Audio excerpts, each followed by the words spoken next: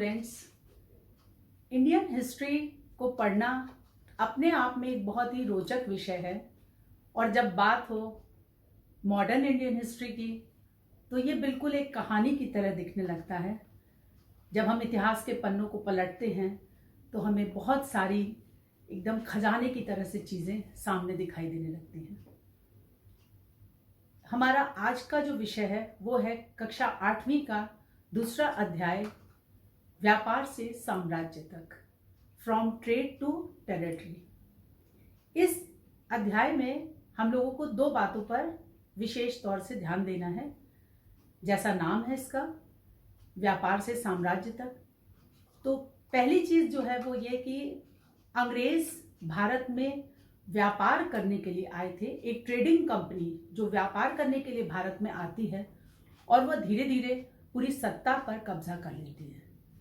तो पहली चीज तो ये हो गई कि उन्होंने किस तरीके से भारत में व्यापार से साम्राज्य तक की अपनी यात्रा पूरी की, और दूसरी बात कि उन्होंने ऐसी कौन सी नीतियां अपनाई जिसकी वजह से वो धीरे धीरे करके पूरे दक्षिण भारत, उत्तर भारत के पूरे प्रांतों पर कब्जा करते चले गए। तो चलिए कक्षा 7वीं के पाठ को दोहराते हैं। जब 1498 में वास्को डी गामा भारत पूरा उत्तमाशा अंतरिक्ष का चक्कर लगाते हुए अफ्रीका महाद्वीप को कवर करते हुए केरल के तट पर कालीकट पर पहुंचा, जिसको आज कोझिकोड कहा जाता है। तो सी रूट्स का पता तो वास्को डी गामा ने लगा लिया था, और इंग्लैंड की जब महारानी ने ईस्ट इंडिया कंपनी जो 1600 में इंग्लैंड में स्थापित की गई थी, उसे एक रॉयल डिक्री दिया, अधिकार पत्र दिया कि वह एशिया और अफ्रीका के देशों के साथ व्यापार करने के लिए कंपनी को निर्धारित किया जाता है, और इंग्लैंड की किसी और कंपनी को भारत से व्यापार करने की इजाजत नहीं दी जाएगी। तो ये एक विशेषाधिकार मिला, और ये विशेषाधिकार प्राप्त करके ईस्ट इंडिया कंपनी भारत में आई। भारत में आने के बाद इन्होंने 1612 में धीरे धीरे यहां पर वो जमने लगे। सूरत में एक अपनी फैक्ट्री की स्थापना की, और इस तरीके से उनके पैर भारत में जमने शुरू हो गए। लेकिन भारत में आने के साथ उनके लिए रास्ता आसान नहीं था, क्योंकि सिर्फ इंग्लैंड की ही कंपनी नहीं, यहाँ पर तो पहले से ही पुर्तगाल के लोग जमे हुए थे गोवा के तटों पर। फ्रांस की कंपनी ईस्ट इंडिया कंपनी भी भारत में आ रही थी। उसके अलावा और भी डच कंपनी, हॉलैंड जिसको कहते हैं, वो भी भारत में आ रही। तो एक कंपटीशन हो गया, और ये जितनी भी कंपनियां थी ये अधिक से अधिक मुनाफा कमाना चाहती थी। एक शब्द है मर्केंटाइल। मर्केंटाइल का अर्थ होता है वाणिज्य। वाणिज्य क्या है? किसी भी देश में जाकर वहां से कच्चे माल को, रॉ मटेरियल को प्राप्त करना, और उसके बाद उसको ऊंचे दामों में ले जाकर दूसरे देशों में बेच देना। यही काम था ईस्ट इंडिया कंपनी का, जो व्यापार करने के लिए भारत में आई थी। और भारत में बहुत संसाधन उपलब्ध थे। आप जैसा जानते ही हैं कि भारत ऐसा देश है जिसमें कि बहुत सारी ऋतुएं हैं, बहुत सारे उपजाऊ क्षेत्र हैं, जहां पर तरह तरह की उत्पाद निकलते हैं। जैसे कि कॉटन आप देखते हैं, चाय की खेती यहाँ हो सकती है, नील की खेती यहाँ होती थी, मसालों का तो इतना ज़्यादा भंडार था दक्षिण भारत में, जिसको हम लोग नीलगिरी पर्वत कहते हैं। वहाँ के आसपास के क्षेत्रों में बहुत प्राप्त था। तो उनको एक खजाना मिल गया था, और वो चाहते थे कि अधिक से अधिक लाभ कमाकर वो दूसरे देशों में ले जाकर व्यापार करें। तो शुरू में जब कंपनी आई तो उसका उद्देश्य सिर्फ व्यापार करना था, और उनके जो कॉम्पिटिटर्स थे, जैसा मैंने अभी बताया, उनके साथ वो युद्ध करते थे और उनको हराने की कोशिश। कई बार सामुद्रिक युद्ध भी होते थे। समुद्र में जहाज जा रहे हैं, वो आपस में एक दूसरे के साथ समुद्र में लड़ाइयाँ करते थे। पायरेट्स नाम आपने सुना होगा, समुद्री डाकू जो लूट लिया करते थे, सामान जाता था लूट लेते थे। तो ये तो हो गया उनकी राइवलरी की बात। अब बात करते हैं कि इंडिया में उन्होंने अपने पैर कैसे जमाए। तो 1612 में जैसे उन्होंने सूरत में कंपनी बनाई, इसके बाद वो मुगल दरबार की ओर रुख करते हैं, और मुगल शासक के द्वारा उन्होंने कुछ अधिकार प्राप्त किए। मुगल शासक ने उनको समुद्र तट पर रहकर व्यापार करने की इजाजत दे दी और वो आराम से वहां पर सेटल होने लगे, सेटलर जिसको कहा जाता है। अब इसके बाद धीरे धीरे करके उन्होंने 1651 में बंगाल में भी एक फैक्ट्री की स्थापना कर ली, कासिम बाजार। और फैक्ट्री के साथ साथ उन्होंने किलेबंदी भी शुरू की, क्योंकि ये कोई छोटा काम तो था नहीं, बहुत बड़ा व्यापार था, अंतरराष्ट्रीय व्यापार था। इसके लिए उनको अधिकारियों की भी जरूरत थी, कर्मचारियों की भी जरूरत थी, सेना की भी जरूरत थी, सुरक्षा की भी जरूरत थी। इस तरीके से धीरे धीरे करके वो अपने पैरों को जमाना बंगाल में शुरू कर दिए थे। और मुगल जो हमारे औरंगजेब थे, औरंगजेब ने उनको एक और फरमान जारी कर दिया था, जिसमें कि उनको फ्री ट्रेड करने की इजाजत प्रदान कर दी गई थी। इसके पहले कंपनी के लोगों ने क्या किया था, मुगल जो अधिकारी थे उनको कुछ ब्राइब देके, घूस दे करके बंगाल में 3 गांव की जमींदारी प्राप्त कर ली थी। अब जमींदारी का मतलब क्या है, टैक्स वसूलने का अधिकार। अब वो धीरे धीरे अपने पैर जमा रहे थे। तो 3 गांवों में एक गांव था जिसका नाम था कालीकता, जिसको आज हम कोलकाता कहते हैं। वो एक छोटा सा गांव था। तो इन 3 गांवों की जमींदारी को प्राप्त करके उन्होंने टैक्स वसूलने का काम भी शुरू कर दिया। व्यापार उनका आगे चल ही रहा था। और उसके बाद औरंगजेब ने जब उनको फ्री ट्रेड की इजाजत दे दी, तो इसका फायदा कंपनी के अधिकारियों ने 2 तरह से लिया। नंबर 1, पहली चीज तो वो कंपनी का जो व्यापार करते थे उसमें तो वो फ्री ट्रेड कर ही रहे थे। इसके अलावा कंपनी के अधिकारी अपना प्राइवेट बिजनेस भी इंडिया में करने लगे और आड़ लेते थे किसकी, फरमान जो उनको मुगल शासक के द्वारा प्राप्त हुआ था। अब स्वाभाविक है कि जब ये फरमान उनको प्राप्त हो गया है तो वो तो आजाद हो गए यहाँ व्यापार करने, लेकिन दूसरी तरफ जो बंगाल में गवर्नर्स थे वो इसका विरोध कर रहे थे। अब वो कौन सुनेगा, क्योंकि वो तो पावरफुल थे।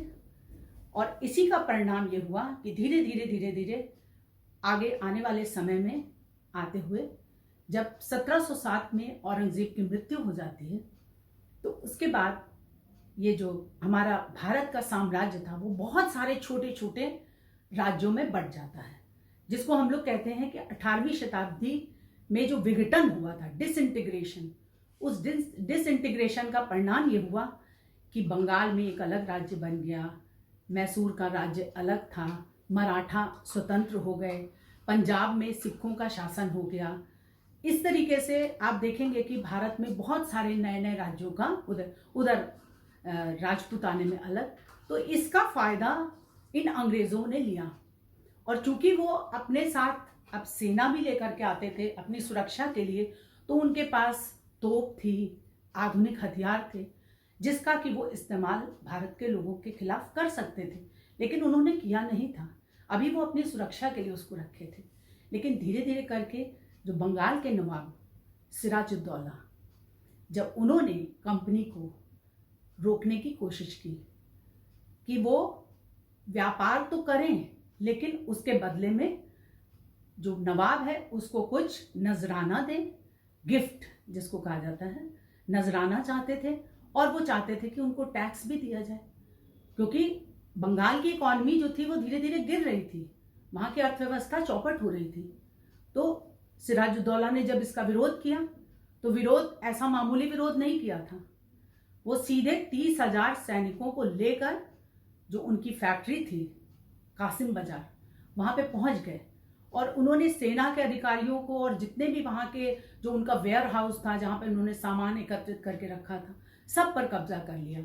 और इस कब्जा करने का परिणाम ये हुआ कि इसकी खबर पूरे भारत में जहां जहां पर भी कंपनी के अधिकारी थे उन तक पहुंची। और रॉबर्ट क्लाइव, जो कि बहुत ही चालाक व्यक्ति था और जो मद्रास में इस समय गवर्नर के पद पर कार्यरत था, वो सीधे बंगाल की ओर आया, रुक करता है और उसके बाद बंगाल में एक युद्ध होता है, सीधे अटैक करता है किसके ऊपर, सिराजुद्दौला के, और जिसको हम लोग 1757 का बैटल ऑफ प्लासी कहते हैं। और इस बैटल ऑफ प्लासी का परिणाम ये हुआ कि सिराजुद्दौला की हार हो गई। सिराजुद्दौला की हार आसानी से नहीं हो गई। सिराजुद्दौला के सेनापति ने उनका साथ नहीं दिया, मीर जाफर, वो जाकर क्लाइव के साथ मिल गए। अब आप कहेंगे क्लाइव से क्यों मिल गए? क्योंकि वो महत्वाकांक्षी थे, वो चाहते थे कि वो बंगाल के नवाब बन जाएं, और इसी धोखाधड़ी के चलते सिराजुद्दौला की सेना पराजित हुई और बैटल ऑफ प्लासी में बंगाल के नवाब की पराजय होने के बाद बंगाल का अधिकार अंग्रेजी कंपनी के हाथ में आ गया। अब देखिए यहाँ पे टर्निंग पॉइंट है, ये हमारे भारतीय इंडियन हिस्ट्री का टर्निंग पॉइंट है, 1757 बैटल ऑफ प्लासी। इस युद्ध के बाद कंपनी को अधिकार मिलता है मुगल जो हमारे शासक हैं उनके द्वारा। अब हमारे जो अभी तक बंगाल के नवाब जो शासक थे, वो अब बंगाल के नवाब, भले ही मीर जाफर को सपोर्ट मिला और मीर जाफर को उन्होंने बंगाल की गद्दी पर बैठा दिया, लेकिन अब वो एक पपेट किंग बनकर रह गए, कठपुतली शासक। और ये जो दौर शुरू हुआ, इसमें भारतीय राजनीति गिरावट की ओर धीरे धीरे जाने लगी। उधर मुगल शासक ने, जो सिराजुद्दौला थे, उनको युद्ध क्षति के रूप में काफी बड़ी संपत्ति क्लाइव को दिलवाई, और इसके अलावा बंगाल की काफी जमीन भी कंपनी के हिस्से में आ गई। तो ये पहली पराजय भारतीय शासक की होती है। इसके बाद 1764 में बक्सर का युद्ध, उसके भी बड़े ही डिसाइसिव परिणाम होते हैं, और बक्सर के युद्ध के बाद दो युद्धों को जीतने के बाद कंपनी जो है वो दीवान बन जाती है। दीवानी का अधिकार मतलब बंगाल और बिहार के टैक्स वसूलने का अधिकार अब कंपनी को मिल गया, और कंपनी अभी इसके लिए मेंटली प्रिपेयर नहीं थी, क्योंकि वो तो एक व्यापारी थे, लेकिन अब उनके हाथ में धीरे धीरे सत्ता आना शुरू हो जाती है। तो उनका उत्साह और बढ़ा, और उन्होंने अब नई नई योजनाएं बनाना शुरू कर दिया। तो इसके बाद बैटल ऑफ प्लासी और बैटल ऑफ बक्सर के बाद एक नया रोल में आते हैं अंग्रेज। वो है, उन्होंने भारतीय राज्यों में एक रेजिडेंट की नियुक्ति करने का प्रस्ताव रखा। अब आप कहेंगे रेजिडेंट क्या है? रेजिडेंट एक ऐसा अधिकारी होता था जिसको कि भारतीय राजाओं के राज्य में रखा जाता था। वो उनके राज्य के हर फैसलों में हस्तक्षेप करता था। कौन राजा से मिलने आएगा, कौन राजा के बाद उसका उत्तराधिकारी बनेगा, और सारी एक तरीके से खुफिया स्पाई की तरीके से वो थे, जो कि भारतीय राज्यों की हर खबर को अंग्रेजों तक पहुंचाते थे। और इस रेजिडेंट के होने के साथ साथ वेलेस्ली, लॉर्ड वेलेस्ली का नाम बहुत इतिहास में प्रमुख माना जाता है। उन्होंने एक संधि, जिसको सहायक संधि, सब्सिडी अलायंस कहा जाता है, उसको लागू किया।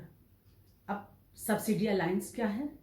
ये वह संधि थी जिसमें भारतीय राजाओं को ये बाध्य किया गया कि वो अपने राज्य में एक सेना रखेंगे, और उस सेना, वो ब्रिटिश सेना होगी, और उस ब्रिटिश सेना का पूरा खर्चा उस देसी राजा को देना पड़ेगा।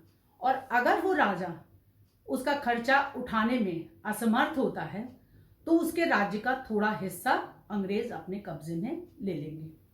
तो ये दूसरी चाल थी, सब्सिडी अलायंस की चाल। और इसके अंतर्गत उन्होंने हैदराबाद के राज्य पर कब्जा किया, मैसूर के राज्य पर कब्जा किया, और अवध के राज्य पर कब्जा किया। तो इस तरीके से पहले उन्होंने भारत के और राज्यों को धीरे धीरे कब्जा करना शुरू कर दिया। अब आगे बढ़ते हैं हम लोग मैसूर की तरफ। मैसूर में हैदर अली का बहुत ही सशक्त शासन था। अंग्रेजों ने हैदर अली के साथ युद्ध लड़ा। 1769 में हैदर अली की उसमें पराजय हुई, और उसके बाद टीपू सुल्तान मैसूर की गद्दी पर बैठे। टीपू सुल्तान बहुत महत्वाकांक्षी थे, और वो किसी भी तरीके से अंग्रेजों का हस्तक्षेप नहीं सहन कर पा रहे थे। मालाबार तट पर चंदन का और मसाले का व्यापार अंग्रेज करते थे, उन्होंने उस पर रोक लगाने की कोशिश की। और इसके साथ टीपू सुल्तान ने एक और काम किया कि फ्रांस की जो कंपनी थी, ईस्ट इंडिया कंपनी, उनके साथ अपने रिश्ते गहरे करने शुरू कर दिए। ये बिल्कुल भी अंग्रेजी कंपनी को, ब्रिटिश ईस्ट इंडिया कंपनी को बर्दाश्त नहीं हुआ और उन्होंने उनके साथ युद्ध ठान लिया। और अंग्रेजों के साथ मैसूर के बीच में 4 युद्ध होते हैं और जो चौथा युद्ध, इसके पहले तीसरा युद्ध जो होता है वो 1792 में, उसमें अंग्रेजों ने हैदराबाद और मराठा के संयुक्त सेना के साथ टीपू सुल्तान के साथ युद्ध लड़ा और एक संधि की थी। उसमें टीपू सुल्तान को थोड़ा पराजय का सामना करना पड़ा था, लेकिन उसके बाद 1799 में श्रीरंगपट्टनम की जो युद्ध होता है अंग्रेजों और मैसूर के बीच में, उसमें टीपू सुल्तान शहीद हो जाते हैं और इस तरीके से पूरा मैसूर का राज्य उनके कब्जे में आ जाता है। तो ये हो गया, मैसूर को उन्होंने कब्जा कर लिया। मराठों को वो पहले ही पानीपत के युद्ध में पराजित कर चुके थे 1761 में, और उस मराठा राज्य जो था वो 4 हिस्सों में बंट चुका था। इसके बाद वहां पर पेशवाओं का जो शासन था वो चलता रहा और पेशवाओं में भी अंत में उन्होंने क्या किया कि पेशवा जो थे उनको पेंशन पर भेज दिया बिठूर, जो कि कानपुर के पास एक जगह है। तो इस तरह मराठों की शक्ति भी छिन्न भिन्न हो गई। उधर मैसूर की शक्ति को उन्होंने कम कर दिया। अवध, हैदराबाद, इन सब राज्यों पर कब्जा कर चुके थे। एक डर अंग्रेजों को और था, रूस पावरफुल हो रहा था, रशिया, उसकी शक्ति को कम करने का भी उन्होंने प्रयास किया। और नॉर्थ वेस्ट फ्रंटियर, जिसको हम लोग, हमारी जो सीमा रेखा जो अफगानिस्तान तक जाकर छूती थी, तो अफगानिस्तान के साथ भी अंग्रेजों ने लड़ाई करी। इसके अलावा सिख राज्य पर भी उन्होंने डायरेक्ट कब्जा करने की कोशिश की। पंजाब को भी उन्होंने कब्जा किया। तो जहां पर जो भी नीति वो चाहते थे उस तरीके की नीति को अपनाते थे और अपने को सुदृढ़ करते चले गए। वॉरेन हेस्टिंग्स बहुत ही प्रमुख नाम है इतिहास में, जिन्होंने कि अपनी पैरामाउंट्सी की पॉलिसी को लागू किया था, सर्वोच्चता का सिद्धांत। वो ये दिखाना चाहते थे कि उनसे आगे, उनसे ज्यादा पावरफुल, उनसे ज्यादा शक्तिशाली कोई भी नहीं है, अंग्रेज सर्वोच्च है। और इस सर्वोच्चता के सिद्धांत को करते हुए वॉरेन हेस्टिंग्स ने बहुत सारे परिवर्तन किए, जिसको कि मैं अभी बाद में आपको बताऊंगी। अभी तो हम लोग उनकी जो एक्सटेंशन की, जो उनके आगे बढ़ने की जो नीतियां थी उन पर चर्चा कर रहे हैं। इसके बाद लॉर्ड डलहौजी का एक शासन काल आता है, जिसमें कि लॉर्ड डलहौजी ने हड़प की नीति, जिसको हम लोग डॉक्ट्राइन ऑफ लैप्स कहते हैं, इस डॉक्ट्राइन ऑफ लैप्स के द्वारा उन्होंने उन राज्यों पर जहां जहां पर किसी भी राजा के पुत्र संतान नहीं थी, उस राज्य को अपने कब्जे में लेना शुरू कर दिया। और इस नीति के तहत कोई भी गोद लिए हुए बच्चे को अपने परिवार का ही चाहे वो मान्यता उन्होंने नहीं दी। और इसका परिणाम क्या हुआ? झांसी, सतारा, नागपुर, उदयपुर, संभलपुर, ये सारे राज्य अंग्रेजों के कब्जे में आ गए। और इस तरीके से भारत में अंग्रेजों ने कई प्रकार की नीतियां अपनाते हुए भारत के विभिन्न राज्यों पर कब्जा कायम कर लिया। और दक्षिण भारत में मैसूर पर भी उन्होंने कब्जा किया। चित्तूर का एक राज्य था, रानी चेन्नम्मा, उनके राज्य पर भी आक्रमण किया। रानी चेन्नम्मा ने बहुत बहादुरी से लड़ाई लड़ी, लेकिन वो अंततोगत्वा पराजित हो गई। चित्तूर का राज्य भी कब्जा कर लिया। मैसूर पहले ही उनके कब्जे में था। इस तरह कर्नाटक के भी बहुत से क्षेत्रों पर उनका कब्जा हो गया। अवध का जो थोड़ा हिस्सा अवध की रानी के पास था, उसको उन्होंने डायरेक्ट सीधे अटैक करके अपने कब्जे में ले लिया। और क्या बहाना बनाया कि वहां पर शासन ठीक से नहीं चल रहा है। तो ये कहानी है पूरी भारत में व्यापार से साम्राज्य तक की। और इस व्यापार से साम्राज्य तक की कहानी में आप देखते हैं कि अंग्रेज धीरे धीरे करके भारत में दीवानी का अधिकार, अब दीवानी तक ही वो नहीं रहे, उन्होंने भारत के न्याय व्यवस्था पर भी अपना हस्तक्षेप शुरू किया। 1773 में जो वॉरेन हेस्टिंग्स थे, उन्होंने रेगुलेटिंग एक्ट लागू किया था। उसके पहले 1772 में अदालत की स्थापना भारत में हो गई थी। 2 प्रकार की अदालतें बनाई गई थी, एक क्रिमिनल कोर्ट और एक सिविल कोर्ट, जिसको हम लोग दीवानी और फौजदारी अदालत कहते हैं। इसकी स्थापना भारत में अंग्रेजों के द्वारा की गई। इसके बाद 1775 में एक चेंज किया गया, हिंदू कानून अलग और मुस्लिम कानून अलग। तो हिंदू कानून के लिए उन्होंने क्या किया कि जब वो हिंदुओं के फैसले करते थे तो उसमें कई बार जो पंडितों से सलाह ली जाती थी, तो उसमें कई बार वेरिएशन होता था, कोई किसी बात को कहता था, कोई किसी बात को। तो अंग्रेजों को लगता था कि ये फैसले ठीक नहीं हो रहे हैं, तो उन्होंने 11 पंडितों का एक समूह बनाया और एक हिंदू कोर्ट की स्थापना कर दी। तो एक हिंदू कोर्ट बन गया। और उसके बाद 1778 में एक मुस्लिम कोर्ट की स्थापना, जिसमें मौलवियों की मदद लेकर के उन्होंने, तो भारतीय लोगों के जो फैसले थे उनका निर्णय लेने के लिए उन्होंने कोर्ट बना दिया। और एक सदर अदालत की स्थापना भी कलकत्ता में कर दी गई। तो न्यायिक व्यवस्था में भी परिवर्तन हुआ। कलेक्टर की नियुक्ति होने लगी। कलेक्टर, जिसको आज हम लोग, आपने डिप्टी कलेक्टर, डीएम नाम सुना है, तो ये कलेक्टर कौन थे? रेवेन्यू कलेक्शन का काम करते थे। ये बहुत इंपॉर्टेंट काम था। तो इस तरीके से उन्होंने कलेक्टर की स्थापना की, जो कि आगे सिविल सर्विस के रूप में हमको दिखाई देता है। और यहाँ पर एक और परिवर्तन किया कि सेना में भी, अभी तक सेना जो थी वो घुड़सवार थे, तो उन्होंने अब एक नई एक टुकड़ी और बनाई, जिसको कि सिपाही या सिपॉय कहा जाता है, पैदल सेना, और जिसमें भारतीयों की भी नियुक्ति वो करने लगे। तो इस तरीके से हम देखेंगे कि दीवानी का अधिकार, न्याय का अधिकार, कलेक्शन तो वो कर ही रहे हैं, पैसा उनके पास अथाह आ रहा है, साथ साथ वो व्यापार भी कर रहे हैं। और इस तरीके से भारत में अंग्रेजों का जो व्यापार से प्रारंभ हुआ था वह साम्राज्य तक पहुंच जाता है। और इसके बाद आज हम इस चैप्टर को यहीं पे समाप्त करते हैं। अगले अध्याय में फिर हम आपसे मिलेंगे। तब तक के लिए नमस्कार। मैं डॉक्टर नीलिमा मिश्रा, केंद्रीय विद्यालय IIIT इलाहाबाद।